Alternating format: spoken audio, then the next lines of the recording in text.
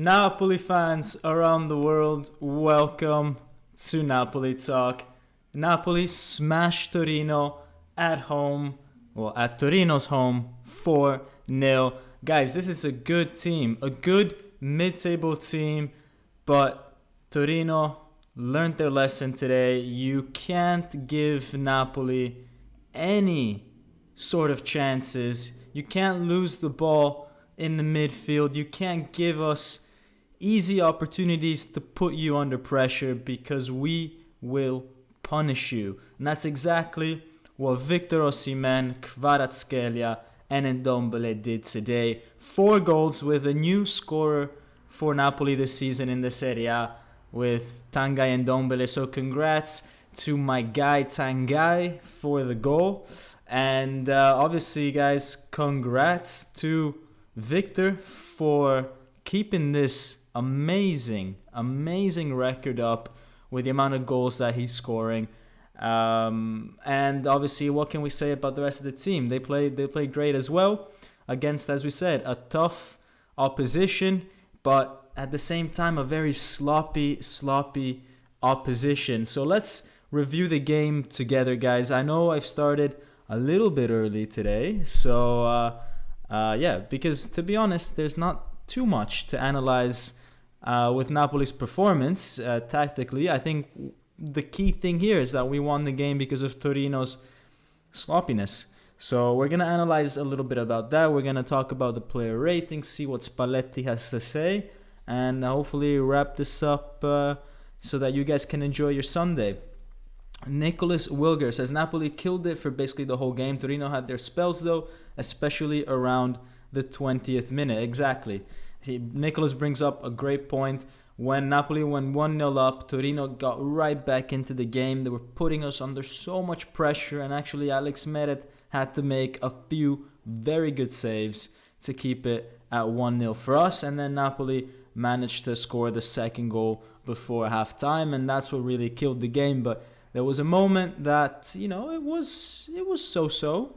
It wasn't exactly downhill the whole time, let's say. Let's see some more comments. Jax was saying, why so easy? I mean, I think we make it easy for ourselves. But this is a Torino team that is mid-table. So it's not exactly the worst team in the league, and yet we trashed them 4-0 away from home, which is wow. It's incredible if you think about it. Because how many times do you trash your team away from home like this? Jacksu continues to say that Di Lorenzo is indestructible, and Maximus says playing man-to-man for 90 plus minutes against Napoli is an impossible task. This is what we call putting on a clinic. Yeah, exactly. I mean, Torino tried to take the game to a physical level, didn't quite work out. Hafiz Yusuf saying, now I agree, Kim is the best defender in the world. Kim with another great performance today, but to be honest, Torino didn't put us too much under pressure apart from those 10 minutes in the first half. Dean's Live says, Champions League draw is amazing for me. Of course, it's good to test yourself against one of the faves. Oh, this is a great route to the final. Milan is the best draw we could have got, and I expect Benfica in the semis. So I have been putting the poll up, and a lot of you have been putting your votes. I have to say, there's 56 votes on this poll, but only 32 likes so far on the video. So, guys, what's going on here? What's going on? We all know the rules. You can only vote if you smash that like button. Otherwise, you're a horrible human being. Just saying. But a lot of you seem to think that it's amazing. And I have to agree. It's an amazing draw. The fact that we get to play against a team that's currently struggling. However, amazing does not mean it's a guarantee that we go through. In fact, Milan, I think this could be their outlet to, save their season, to show a bit of spirit, a bit of fight.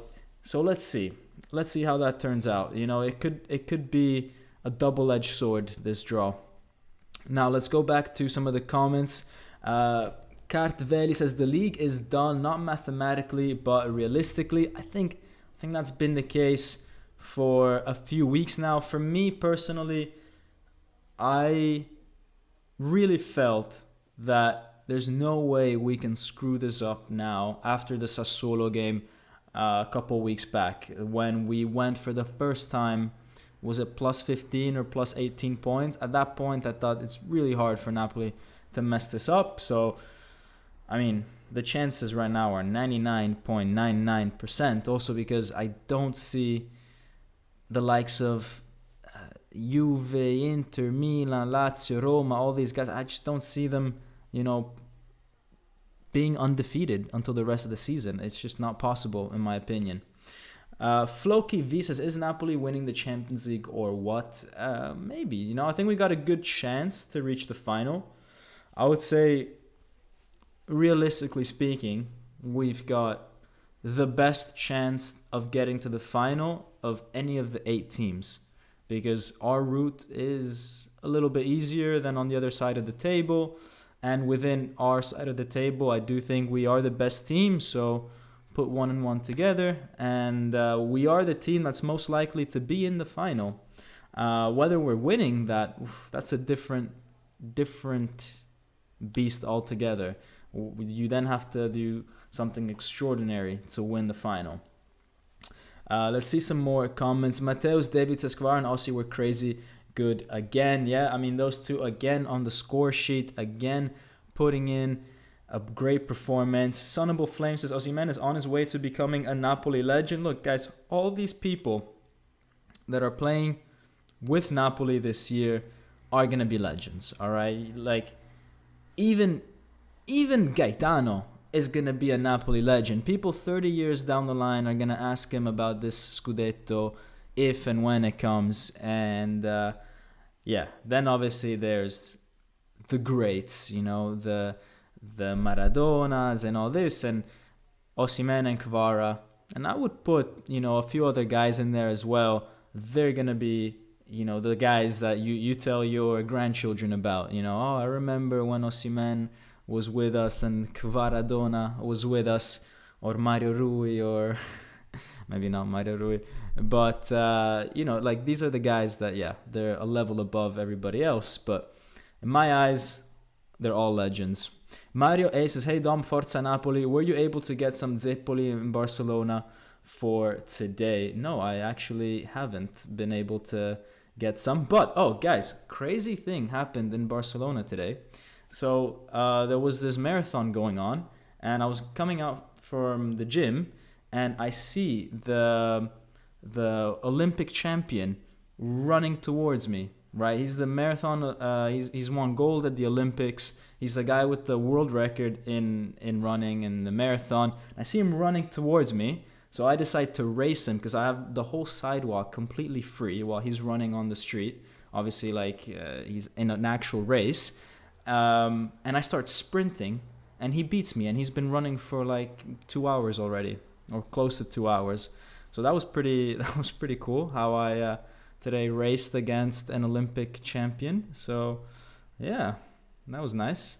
My confidence is a bit down after that, but anyways, let's move back to Napoli. Fabrizio Landria says, hi Dom, we are very strong. We have to keep playing in this way in Serie A and in Champions. Ciao Fabrizio. Yeah, man, we are super solid. Guys, Napoli have conceded 1 goal in the last 7 games, which is incredible. Obviously, unfortunately, that goal happened to be against Lazio, and we suffered the biggest of consequences because of it. But, I mean, when you put it in the context of 1 goal in 7 games, that's pretty good. And a lot of people are focusing on Osimhen and Kvaratskhelia, and that's perfectly fine. Our attack is amazing. At the same time, our defense is also to the same effectiveness. Nicholas is saying Kipchoge, that's his name. That's him. No, not Usain Bolt. Obviously, I would have lost against Usain Bolt, but I raced Kipchoge, or however you pronounce his name, for about 30-40 meters, and he destroyed me. He destroyed me. He was on his regular pace, marathon pace for 2 hours, and I was sprinting and he beat me. I was coming out from the gym, so I was pretty tired. Maybe if I was fresh, I would have beaten him. But, things that happen in life randomly. Mike Ekstad with the $2 donation. Thank you, Mike. Thanks for supporting the channel, as always. How's the math on clinching officially versus Inter? Yeah, that didn't go too well for me. I predicted we would win it against Inter over Christmas. And the third to last game of the season, I booked my flights, and now I realize that was way too pessimistic for me, and I probably have to book some new flights. But yeah, let's see when that happens. It's gonna have to be a last-minute acquisition. Sahil says, "Hey Dom, Forza Napoli. Believe Osimehn should potentially stay till the 80th minute." Nah, let's let him rest. He was touching his knee actually a little bit during the game, so this is probably for the best. Dom, why was this so easy? Says Jacksu. Do you agree we should put reserves before the Champions League matches? I think Spalletti wants to close the Serie A definitely as soon as possible. I think he can afford to maybe put some, Elmas, Simeone, and Ndombele. Not too many changes, 3 or 4 changes against Lecce, against Verona in the next few games, and then put the starters on against the big ones against Milan. We'll look at the next games very soon. Do you think our easier route to the final will discount that achievement among Napoli's critics? Absolutely not, man. Actually, I think, look, I get what you're trying to say, that we wouldn't have faced too many of the big clubs, but I've never seen anyone win the Champions League and they've had their route to the final questioned, right?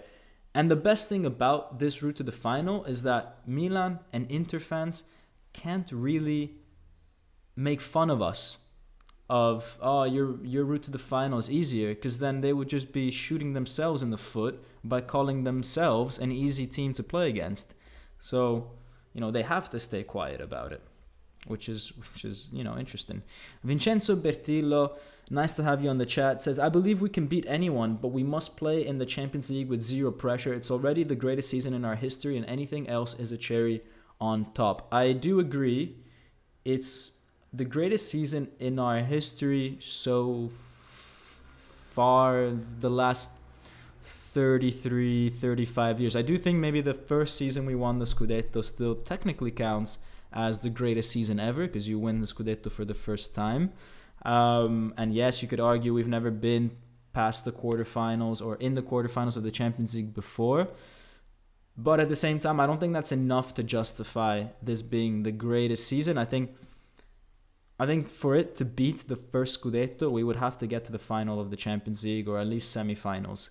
But right now, they're like neck and neck. It's how do you compare your first Scudetto, to this? Even though this is probably the most dominant season for that, yeah, the most dominant.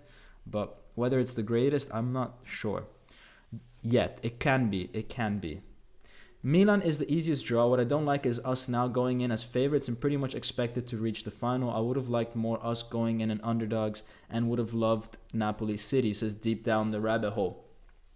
That's true. We do have, obviously, everything to lose against Milan, then potentially against Inter, because, they'll, if they lose to us, they can just say, yeah, that's expected.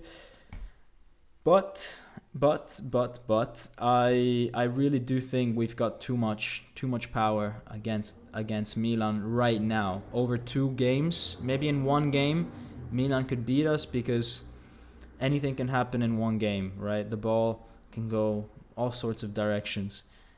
But over the course of 3 hours, I think the better team usually ends up winning, and we've shown this year that we're the better team. Let's see some more comments from some more new people. EJ Wise in the house says, I think it's important we keep playing our starters to keep them sharp. That's also a fair point. You don't want to obviously just bench them all the time and only have them play Champions League football. But at the same time, maybe 1 or 2 rotating could be nice. Maybe putting Ostigard instead of Kim and Ndombele instead of Anguissa every once in a while in the league, I think is not too much of an issue. But yeah, you don't want to drastically reduce anybody's minutes, but go down to an 80% utilization, not so much the 100% that we have now. Mario Rui must start in the Champions versus Milan. They will play terrorist ball and he will unlock them. Yeah, Mario Rui proved his usefulness against Milan with the assist earlier this season for Simeone. So I agree. I think we need il maestro there. Vegetarianism says se ne va, la capolista se ne va. Yep, guys, we are running away with this Scudetto. Okay, guys, we've got 80 likes. I'm going to go and look at the next game so we're all very clear what our schedule is. But if we don't get to 100 likes, I'm not starting the match analysis because that's the rules. That's the unspoken rules between us. There's also 147 votes on this. So I know you guys have at least one finger to smash that like button on. So let's go to the next game, guys. Oh, and let me thank Sunnable Flames for the €2 donation. Thank you so much, man, for supporting the channel. So let's go to the next games. And yeah, there's a lot of black and red and blue going on here. We've got Napoli-Milan after the break. So unfortunately, we won't get to review some Napoli games for a while. And then we've got Lecce, where I think we'll rest some players. But not too many, right? Because we're coming back from the break, so it'll depend on how much people will play in their national teams. If we've got players that won't play too much, then maybe there'll be starters against Lecce as well. Then obviously Milan, Verona, and then again Milan. And after that, we have Juventus. But it's quite interesting to see actually how the games in and around Milan are very, very doable for us. 2 teams in the bottom half of the table shouldn't be too much of a problem. Although Verona is never easy. Verona is never easy for us. I have bad memories of Verona. So yeah, that's a bit of an issue, guys. We are at 96 likes. We are super close. 97 likes. 3 more likes, and we get to review this game. All right. So I'm counting on you. I'm looking at you. Those 3 people. Mike Ekstad says, I feel like there's a void opening up in Serie A. Milan are regressing. Milan squared, so Inter and Milan. Juve could go either way. Napoli are well positioned to create a dynasty. Look, you know what? I think actually the second best team in Italy right now are Juventus. If they didn't have the 15 points penalty, I think they would have had a much stronger season. Nowhere near Napoli, but I think better than Inter and Milan. There was a lot of distractions in their year and all that, and I just can't see them. I can't see them catching up to Napoli in the way that they play. If they keep Allegri, if there's going to be more trouble with them financially, legally, and all this. As for Inter and Milan, look, it's difficult to say. Milan have new owners. I don't know exactly what these new owners are going to bring. I think it's way too early to tell. Are they going to invest heavy this summer? Are they not? And then you've got Inter, who they put in a lot of faith on keeping Lautaro Martinez, not selling him for such a high price a few summers ago. But they've got Lukaku, who's struggling, Dzeko, who's getting older. They need someone, I think, new in attack. And if they don't find them next season, then I think they'll struggle again next season. But if they find a really, really good striker, then they could be once again dangerous. Mateus David says, Kvara needed here against Norway. Haaland is coming. Is Kvara playing against Haaland? That would be absolutely mad. Let me just check. guys, if Kvara is playing, if Georgia is playing, oh my god, 28th of March, Georgia versus Norway. That is crazy. Georgia playing against Haaland's team. That's going to be a good one. Senioran Adediran says Spalletti improved Totti, Dzeko, Icardi, and now Osimehn. I would advise Osimehn to resist any temptation to leave Spalletti's influence. A lot of speculation about his future, just like Kvara. I think if they stay in Napoli, they can potentially. I think if they stay at Napoli, they can potentially fight for big trophies. They can be recognized in the big occasions like Ballon d'Or ceremonies, this and that, if they stay together. So maybe they decide that that's fine with them, right? I mean, that's why players want to go to big clubs anyways, right? To be recognized. And I think they're getting plenty of recognition this year. All right, you guys absolutely destroyed that like button. So let's go to the match analysis, all right? So, look, there's not going to be much tactics today because we didn't win this game off of some clever bit of tactics or this or that. It was quite literally Torino being super, super sloppy. I mean, this was the first chance that they gave us. I've never seen so much sloppiness against us, to be honest, this season. I mean, this throw-in was horrible. They just throw the ball in the middle of the field. Anguissa collects it, passes it on to Lozano, and Lozano gets his shot blocked. And Lozano had a few moments like that during the game where he could have maybe done a little bit better. Could have maybe pulled the trigger faster, could have, I don't know, just handled the situation a bit better, but he just kept getting shot after shot blocked. So I guess maybe a little bit unlucky. And then we get to immediately Napoli's goal. It's a corner kick, and we analyzed how we take corners. It's the same as last week. You can go and watch the video, and it's the same thing.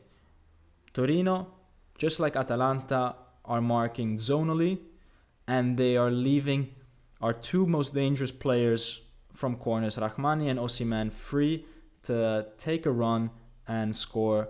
And that's exactly what happened. You cannot beat Victor Osimhen aerially if he's got the jump on you. If you let him come to you with momentum, you have to do something better if you're the opposition. And time again, we score off corners, and that's 15 goals off a corner now. That is the highest in all of Europe. So clearly we're doing something right, but also the opposition, wow. Right, then we get to a few moments of, squeaky bum time, where it felt like Torino could pull one back if it wasn't for some very good saves from Meret, which I don't think he had much time to look at where the ball was even being struck from a lot of the times. So this shot here, very powerful. He manages to save it. And then like a minute or two later, this one here, look at how many bodies went up to try to block this effort. Meret sees it super late. Thankfully, it's quite central towards him. He manages to push it away slightly. The ball... he's so good at pushing the ball sideways. The ball is going sideways. The Torino player is running to get it. The angle isn't so favorable for him. Not like in this picture, but when he finally gets to the ball is slightly to the left. And Meret does really well to stand up, cover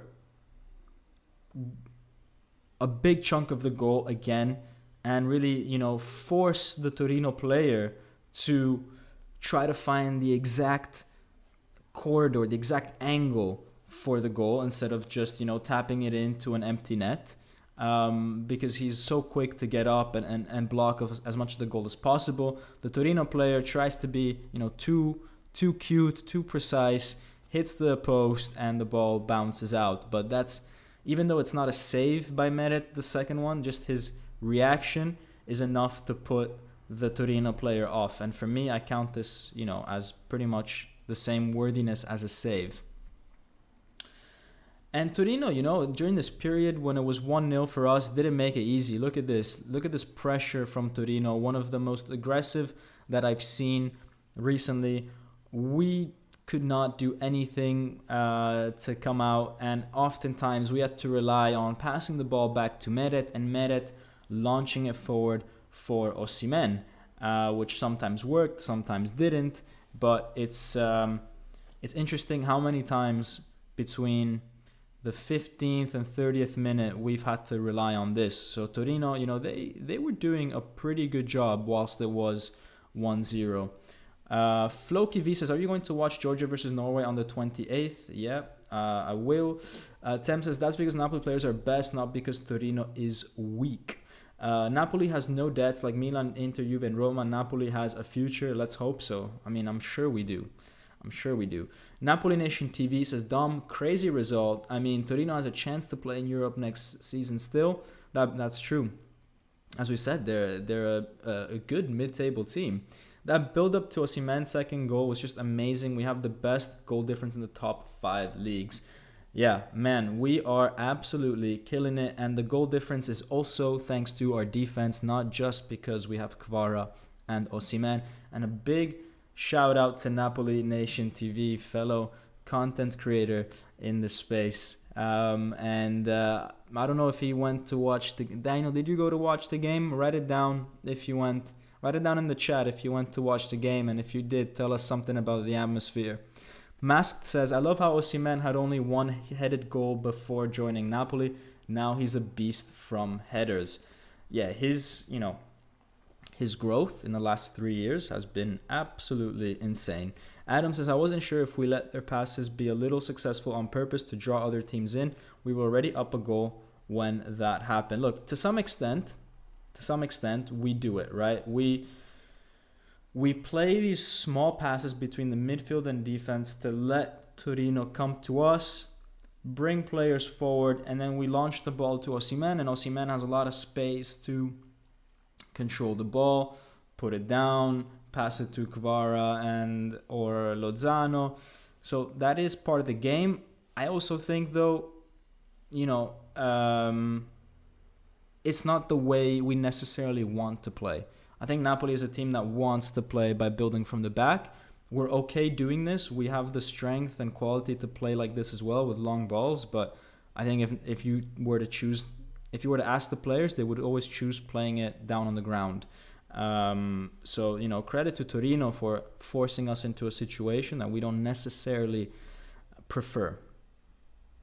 But yeah, we were then pressing ourselves. Here's Lozano getting the ball from the goalkeeper, and Torino, man, they were just so sloppy. Like, whenever I see this from goalkeepers, I'm like, dude, what are you doing? Like, surely you have got to realize that you're running out of time and you got to pull the trigger much faster than that. And we almost scored from that.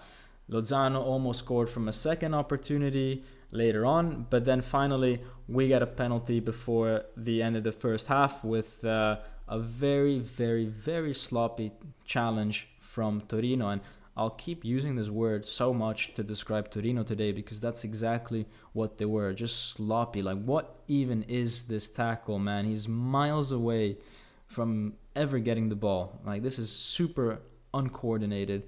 And yeah, hard to analyze a game tactically when the other team just basically destroys itself like this. Kvara converts from the spot. That's now 2 penalties in a row that Napoli score by just putting the ball centrally. So maybe Spalletti it's just something Spalletti told the players, just, hey guys, we've missed a few going to the side. Let's just put a few centrally. Who knows? Maybe. To be fair, actually, I always thought that if I was a football player, I would always shoot centrally in a penalty shootout. I wouldn't be a penalty taker in a team necessarily, but if it was my turn to take a penalty in a shootout, central, for sure. Because goalkeepers 9 times out of 10 will dive. So, yeah. Osimehn had this great chance here to score, and credit to Torino's goalkeeper Milinkovic-Savic, the brother of Milinkovic-Savic in Lazio, pulling off a great save.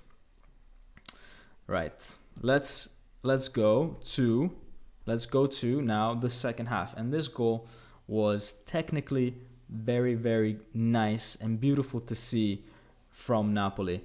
Anguissa here under pressure, controls the ball, flicks it on to Di Lorenzo. Di Lorenzo to Kvaratskhelia. Kvaratskhelia, man, gives it to Oliveira. But I mean, look at that pass that Kvara did towards Oliveira. You know, with a backheel flick, Oliveira crosses it to Osimehn, who peels away from his defender, and boom, scores the third goal. And you just cannot stop Victor when a cross is in the box. You also cannot stop Victor at any point in time, at all, ever. This is him battling it out with Torino defenders for the fourth goal. This desire, man, like we're 3-0 up. You'd think most players would try to preserve some energy. Not at all. Victor fights for this ball. Look at this, man. Fights here, fights there, passes it to Kvaratskhelia, and then Kvaratskhelia very unselfishly passes it to Ndombele, who just come on, and Ndombele slots it home. And man, you know things are good.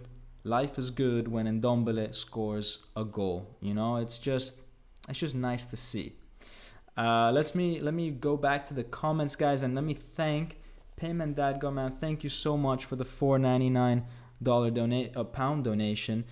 Says we are winning the league. See you all in Naples in Champions League. Would have preferred non-Italians, but on paper, great draw.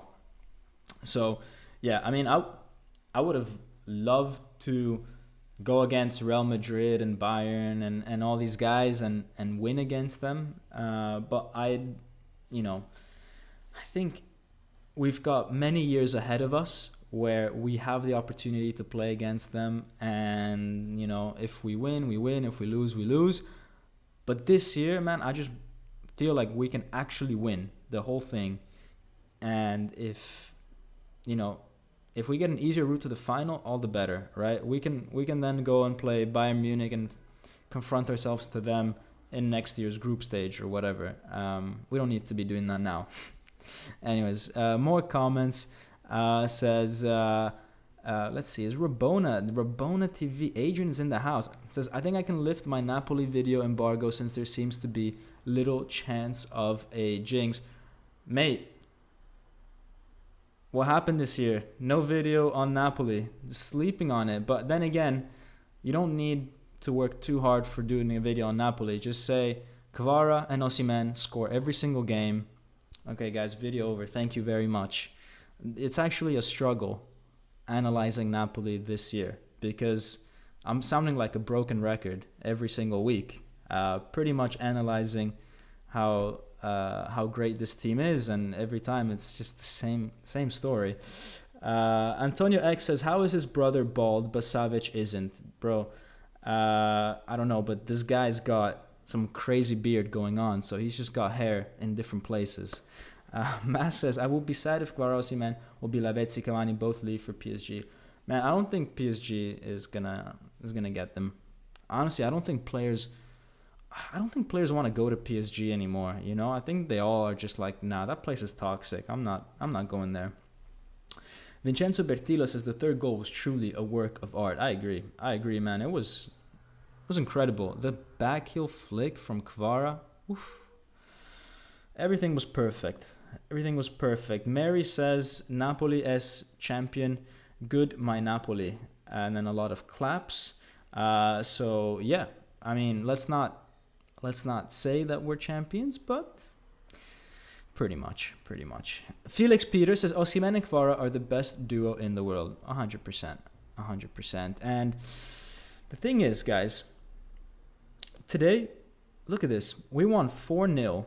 We didn't even have crazy amounts of possession or pass accuracy or shots compared to Torino. Like, if you were to just ignore the scoreline and just look at these stats, Torino have more corners, similar possession, similar amount of passes, similar amount of pass accuracy, Same number of fouls, 14 and 14.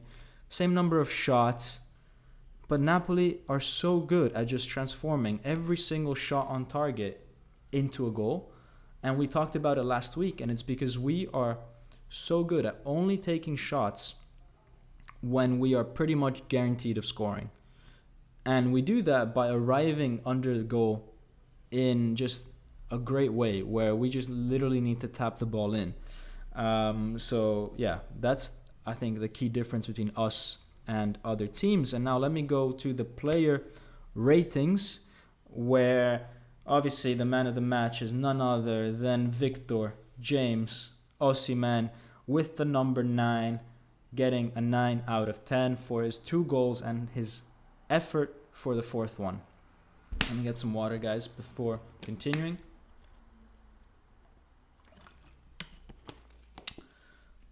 Right, second best player, Kvaratskhelia, tied with Anguissa. I thought Anguissa was fantastic today, recovered so many balls in the midfield.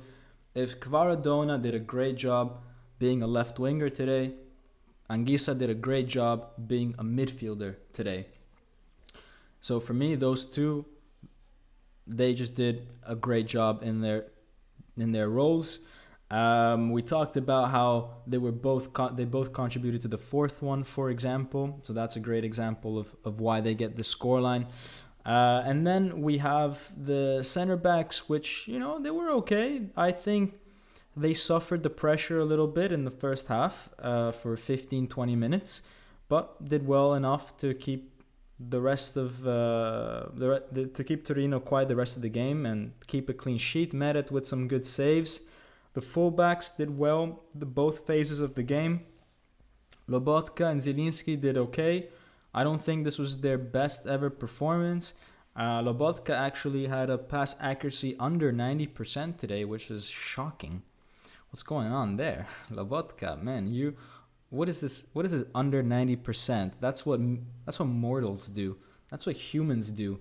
Not an alien like you, man. What's going on? But I have to say, man, Lozano, dude. All right, let me explain this one, because I know I'm the most wanted man in Mexico. So I need to at least justify why. So here's the thing. He has great potential. So let me remind you guys that these player ratings also take into account a player's ability and potential. So I think he underperformed compared to what his average is. I also think that if you are tripping over the ball, that's not a good look. So, my man Lozano tripped over the ball, wasn't super sharp. I'm sorry, man, but you didn't pass today for me.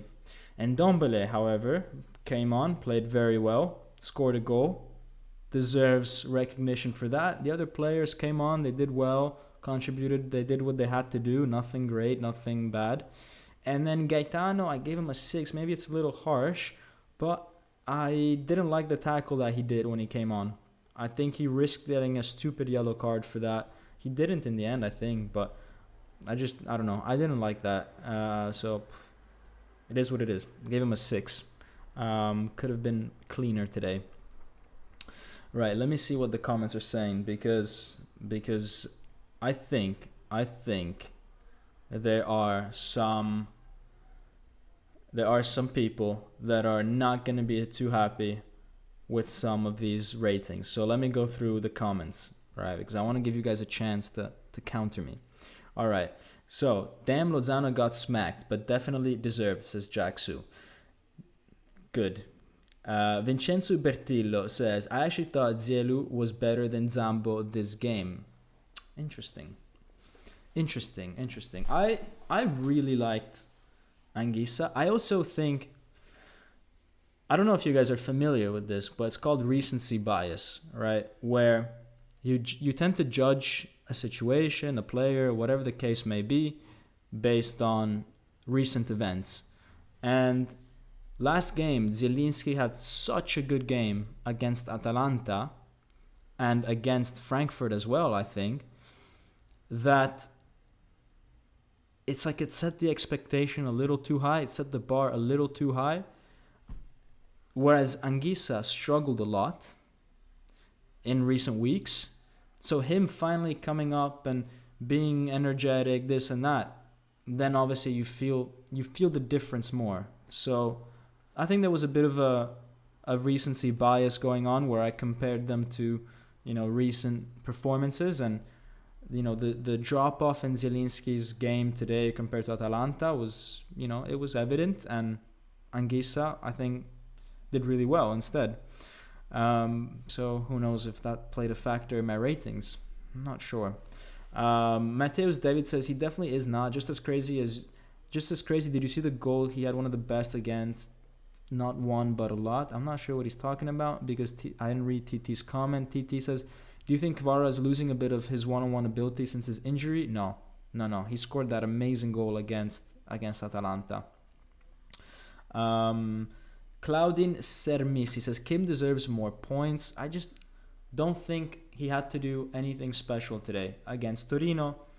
And again, I don't think Torino gave him too many issues. But that's a problem with defenders, right? Like, their performance is based on how much effort they have to put in versus the strikers they're up against. If the strikers are not doing anything, then it's very hard for them to score an amazing score.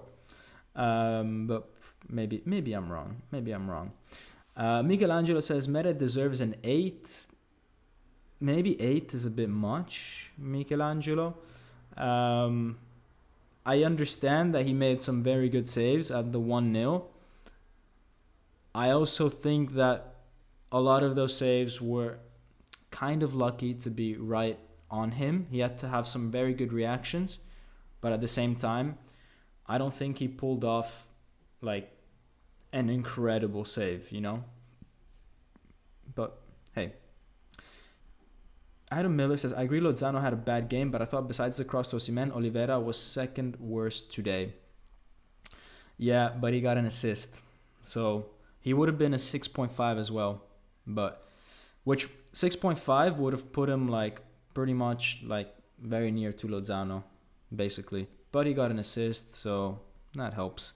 Run for Fun says, the mark of a good team is where one player doesn't play well and another player steps up. Forza Napoli sempre. I agree with that. I 100% agree. And Mike Ekstad, thank you again, man, for the $2 donation. You don't have to donate every time you comment, bro. Says, what do you think of the clubs Lazio and Roma? I think Lazio...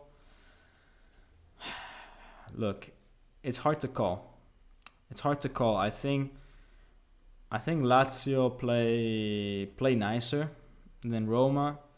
Roma have the better individual qualities, but yeah, I don't know. They're very evenly matched. It's a good scrap for fourth place. My prediction is, let's see, are they playing? Is it Roma Lazio or Lazio Roma? Let me see. It's Lazio Roma. I'm gonna go with the 2-1 Lazio for this one. Right, now I'm gonna see if Spalletti has done his post-match conference, and then we can wrap it up, and we can then enjoy our nice Sunday. All right, so let's see what Spalletti had to say. Let's go to that one.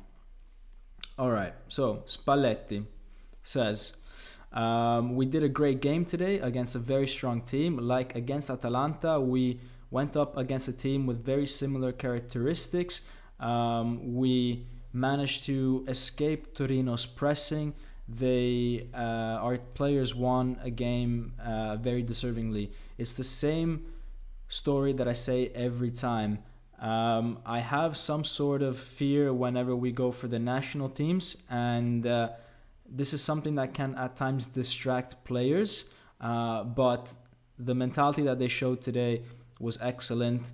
Yeah, we went ahead and then we brought the game home. Nobody was distracted by their national teams, which is a very good point. They ask him, you guys continue to make that gap bigger and bigger at the top of the Serie A. And he's like, yeah, they almost make it seem as though, they're not even trying at this point to keep up with us. But that's only what it seems like at times, but that's not true. It's just us that we're doing something extraordinary. It's not that the other teams behind us are doing badly. The 100% merit is to the players of Napoli. A lot of people said that we would have problems after the winter break. There was a lot of media attention towards that, but that's not the case. Actually, it's the other teams that struggled more than us. The journalist asks Spalletti about the third goal, the one that was beautifully worked between Anguissa, Di Lorenzo, Kvara, Oliveira, and then Osimehn. And he says, look, I'm going to keep that goal with me forever. These are the things that we talk about with friends when we talk about very nice things in life. This is one of those moments. It's all down to players like Di Lorenzo, who's an extraterrestrial. He managed to, really help maneuver that goal. Kvara was very good at allowing Oliveira to get to the position in times. Then he puts in a perfect cross for the dragon Osimehn, and we know that Osimehn in the box is phenomenal. And he's calling Osimehn a dragon, which is interesting. He says, look, at the 1-0 mark, there were some moments where Torino created some chances, and Meret was extremely good to diffuse the situation. The goal difference that we have is a really, really big. We were really concentrated not to let a goal in, and Meret was perfect today. These are some true professionals that have heart, and they are giving everything for the shirt, and it's something beautiful to see. So that's Spalletti's press conference. Let's see if at the zone he said anything different. So he says Di Lorenzo is someone that's super important for the team. He has great character, great personality, just like Osimhen, Kim, and Rachmani, who are becoming leaders of this changing rooms. They give players a lot of tranquility, and it's important for the rest of the team. And he says that because Di Lorenzo, before the penalty that Kvara took, was, just giving him some very nice words to tranquilize him. And he's saying, look, Kvara and Osimhen, Kim, Di Lorenzo, Anguissa, they're untouchables in this team. They have such great continuity. They have great aggression. So it's very difficult to go a game without them. The things that Kim does, very few players on the earth are able to do that. And obviously the coach picks players based on whoever can give him the most guarantees of playing a good game. Di Lorenzo, for example, is someone that had an amazing game. He's an extraterrestrial and a real champion. A lot of praise for individual performances today from Spalletti to his players. Now let's see some last comments. Let's finish off the poll, obviously, with a lot of you guys saying that the Champions League draw was amazing. Let's get a few more comments and then we can wrap this up. So Plasticola says the confidence gives the team to go forward has to count for something. That's true. That's something that I underrate. I did underrate that today. If I could, now, after hearing Spalletti's words, after hearing this comment, I would change Kim's rating to a 7. Why not? I think Milan is its shadow of the first round game. I have to read this comment from Super Alexander again. I think Milan is its shadow of the first round game in 102 minutes yesterday. They had a single shot on goal, and they only scored from penalty and scored one as first was denied and then re-hit. Yeah, Milan obviously are a shadow of their former self right now. Matt Marco says, we all need the players to move forward at 100% to progress in the league, 100%. Adam suggests that for next year, it would have been fun if I went live during the Champions League draw. You're right, and that was my plan to do that. Unfortunately, guys, as you know, I'm in the middle of a really intensive study program. Like, for example, the other day I had class from 9 to 12, 1 to 5, and then 6 to 9 p.m. So, there's days like this where, I just can't find the time then to do lives or videos and stuff like that. And it was unlucky because on Friday I had planned to go live and then something came up. I had to go. So, yeah. But maybe one day, if this channel gets, 100,000 subscribers, then I can, do this for a living. But until then, unfortunately, it just has to be whenever I find the time for it. Mike Xstat says, what do you think of them as clubs, though?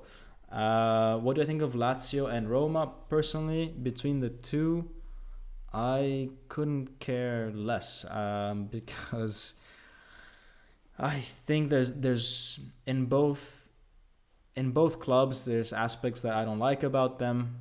If I really had to choose, let's say if Napoli didn't exist and for some weird reason I was born in Rome, I would probably prefer to be a Roma fan than a Lazio fan. But yeah, also it has to do with like when I was a kid, I used to look up to players like Totti, I mean, back when I was a kid, Napoli was in like Serie B, Serie C, all this stuff. So there wasn't like a player that you could really look up to that was like, wow, he's something special, right? Like you had, like, I mean, come on. Even as a kid, you can love Napoli, but there's no way you're going to be like, oh yeah, I love Boyacino. Like, come on, man.